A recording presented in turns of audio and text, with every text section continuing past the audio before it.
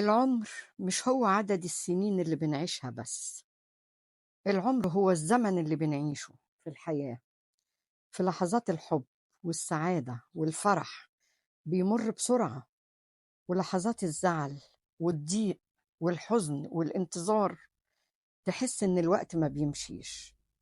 كل يوم بيمر بيزيد من عمرنا يوم، وينقص من رصيد عمرنا في الحياة يوم.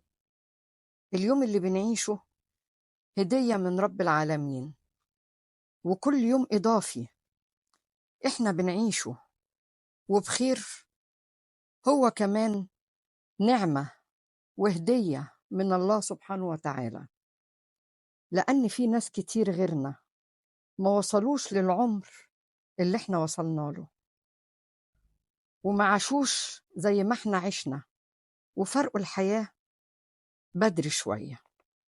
عشان كده عيشوا الحياة، عيشوها، لأنها ماشية ماشية، بحلوها ومرها، بفرحها وحزنها، بمشاكلها وراحتها. حاولوا تستمتعوا بيها حتى لو ظروفكم مش مساعدة أو منع للسعادة.